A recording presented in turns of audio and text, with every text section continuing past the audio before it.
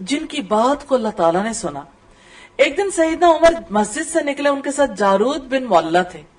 انہوں نے سیدہ خولہ کو راستے میں دیکھا تو کہا اے ام عامر السلام علیکم. انہوں نے سلام کا جواب دیا، پھر فرمانے لگی اے عمر میں نے تجھے عکاظ کے میلے میں دیکھا تھا، اس وقت تیرا نام عمیر تھا، یعنی لوگ تمہیں عمر کی بجائے عمیر کہتے تھے، چھوٹے سے تھے. تم اپنی لاٹھی سے بھیڑ بکریاں چرایا کرتے تھے. پھر کچھ عرصہ بیت جانے کے بعد تیرا نام عمر رکھ دیا گیا، پھر تم امیر المومنین بن گئے. رعایا کے معاملات میں اللہ سے ڈرتے رہنا، اور خوب اچھی طرح جان لو جو شخص اللہ تعالیٰ کی وعید سے ڈر گیا اللہ تعالیٰ اس کے لیے بعید کو قریب کر دیتا. بہت قیمتی بات ہے، جو اللہ کی وعید سے ڈر گیا اللہ اس کے لیے بعید کو قریب کر دیتا ہے. یعنی اللہ سے ڈر کے رہنا، اور جب اللہ سے ڈر کے رہو گے تو جن کاموں کو آپ دور سمجھتے ہو اللہ اسے قریب کر دے گا. جو موت سے ڈر گیا وہ وقت ضائع کرنے سے اندیشہ محسوس کرتا، یعنی وہ وقت ضائع نہیں کرتا، ٹائم مینج کرتا ہے. جس نے حساب کا یقین کر لیا وہ عذاب سے خوفزدہ رہتا.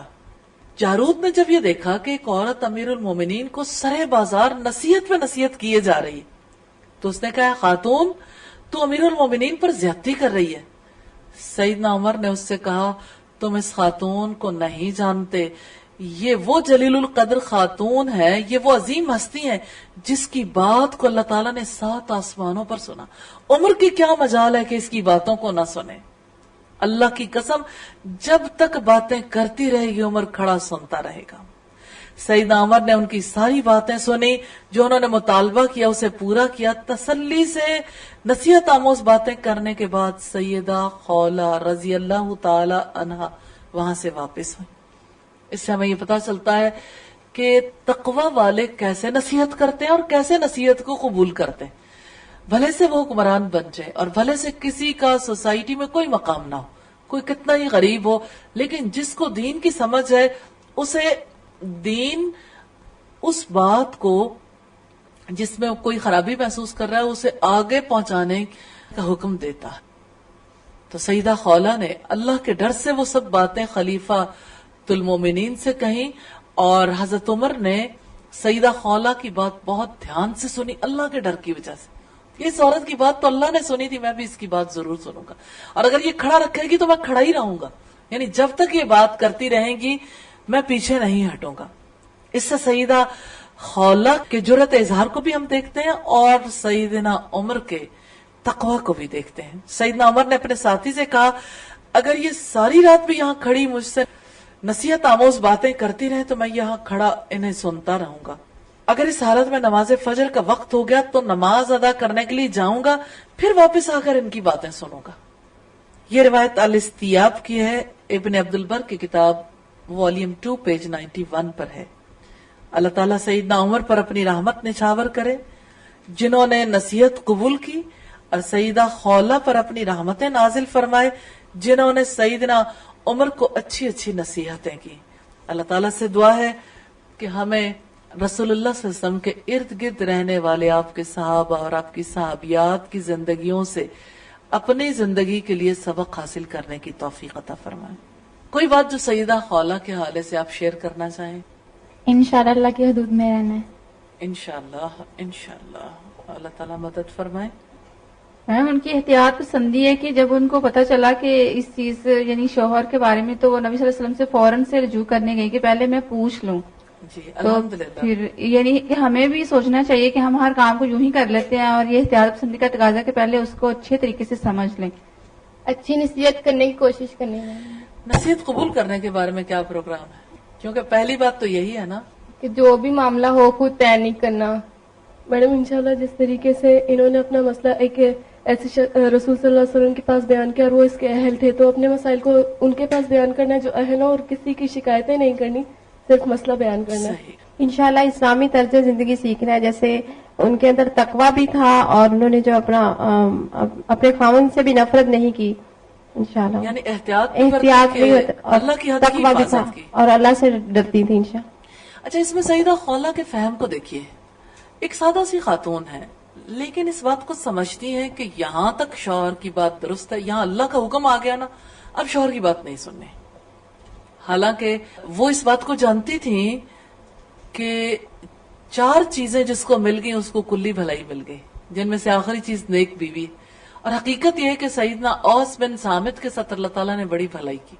اگرچہ دنیا میں مال زیادہ نہیں تھا، لیکن نیک بیوی کی وجہ سے، ایک گھر کی وجہ سے اور ذکر و شکر کی وجہ سے اللہ تعالیٰ کی بڑی رحمت تھی ان لوگوں پر. جی انشاءاللہ مخلوق کی اطاعت میں اللہ تعالیٰ کی نافرمانی نہیں کرتے. استاذہ ہم یہاں دیکھا طرز معاشرت میں یعنی ایک دوسرے کے ساتھ رہتے ہوئے محبت کرنی ہے، جیسے رسول اللہ انصار سے محبت کیا کرتا ہے.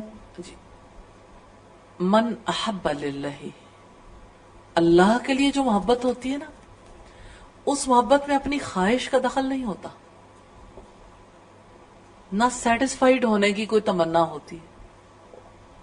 اللہ کے لیے محبت میں گفتگو کا، تعلقات کا، معاملات کا رخ صرف اللہ کی جانب ہوتا ہے، یعنی اللہ سے تعلق کو مضبوط کرنے کے لیے. باقی محبت تو اللہ تعالیٰ دے دیتا ہے. پھر مہاجرین سے محبت کرنی ہے، انشاءاللہ انشاءاللہ انصار بننا ہے. انشاءاللہ. میم مجھے نا اس میں ان کی اپنے شوہر سے محبت بہت اچھی لگی. مطلب جیسے ہی رسول صلی اللہ علیہ وسلم اسٹیپ بائی اسٹیپ بتاتے تھے کہ یہ کر لیں وہ کر لیں، پھر وہ ان کی ہمدردیوں میں بولتی تھی. مطلب ہمارے ایسا ہوتا ہے کہ اگر شوہر سے جھگڑا ہو جائے تو سارے اس کے نیگیٹو پوائنٹ شیئر کر دیے جاتے ہیں، اور لڑائی جھگڑے کے کافی دیر بعد کہتے ہیں ہاں اس میں یہ اچھائی بھی تھی، مطلب تھوڑا اچھا بھی تھا. اور میم مجھے یہ بہت اچھا لگا کہ انہوں نے کیسے عمر رضی اللہ عنہ سے کہا تھا کہ اللہ سے ڈر کے رہنا. تو انشاءاللہ میں بھی اللہ سے ڈر کے رہوں گی. جرأت اظہار بہت تھی. انشاءاللہ یہ 4 خوبیوں میں سے جو نیک بیوی کا انشاءاللہ وہ بننا ہے، نیک بننا ہے نیک انشاءاللہ. بننا ہے انشاءاللہ. یہ بہت بڑی بات ہے، اپنا رول جو ہے نا وہ پراپرلی ادا کرنا ہے انشاءاللہ. میڈم اس میں ان کا جو اللہ کے ساتھ ڈائریکٹ تعلق تھا کہ اللہ پہ یقین بہت پختہ تھا، کہ وہ انہیں یقین تھا کہ اللہ کا طرف سے ہی یہ حکم آئے گا، ہاں اور اس کے لیے بار بار وہ دعا کرتی رہی. ہاں جی بالکل. بہت دل سے انہوں نے دعا کی. مسادہ انہیں تو تب تو کوئی اتنا کلیئر حکم نازل بھی نہیں ہوا تھا اس بارے میں، تو وہ پھر بھی اتنی زیادہ کانشیس کیسی تھیں کہ اس بارے میں کوئی حکم نازل ہوگا؟ اس وجہ سے کہ ان کے یہاں عربی کلچر کی وجہ سے، جاہلی دور میں جو ایک طریقہ کار تھا اس کی وجہ سے یہ بات تو راسخ تھی کہ جب کوئی شوہر اپنی بیوی کو ماں جیسا کہہ دے پھر وہ حرام ہو جاتا ہے.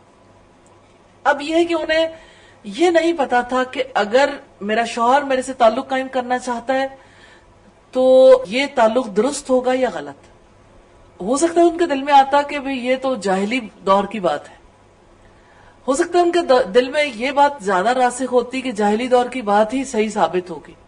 انہوں نے ان باتوں کے لیے اپنی طرف رجوع نہیں کیا، وہ اٹھی اور رسول اللہ کے پاس چلی گئی کہ جب ایک بات ہے کہ عمومی طور پر سوسائٹی میں یہ رویہ، اور ابھی تک کوئی اس کے خلاف رویہ موجود بھی نہیں تھا کہ کسی نے اپنی بیوی کو ماں جیسا کہا ہو تو اس کے لیے کوئی شہادت موجود ہوتی کہ پھر کیا طرز عمل اختیار کیا گیا. تو صحابہ کرام ایسے معاملات میں جس کے بارے میں فیصلہ نہیں ہوتا تھا تو اس کو اللہ اور اس کے رسول کی طرف لوٹا دیتے. حکم بھی یہی اللہ تعالیٰ کی کتاب میں، یا ایھا الذین آمنوا اطیعوا اللہ واطیعوا الرسول واولی الامر منکم وَإِن تَنَازَعْتُمْ فِي شَيْءٍ فَرُدُّوهُ إِلَى اللَّهِ وَرَسُولِهِ، کہ اے ایمان والو اللہ اور اس کے رسول کی اطاعت کرو اور جو تم میں سے صاحب امر ہو، اور اگر تمہارا آپس میں کوئی جھگڑا ہو جائے تو اللہ اور اس کے رسول کی طرف لوٹا دو. یہ لوٹانا ہے، خود فیصلہ نہیں کرنا، لوٹانا ہے. ہمیں سیلف انالائسس کرنا چاہیے اور سیلف کانفیڈینس بھی ہونا چاہیے صحیح تاکہ ہم کسی کے سامنے بات اپنی رکھ سکیں.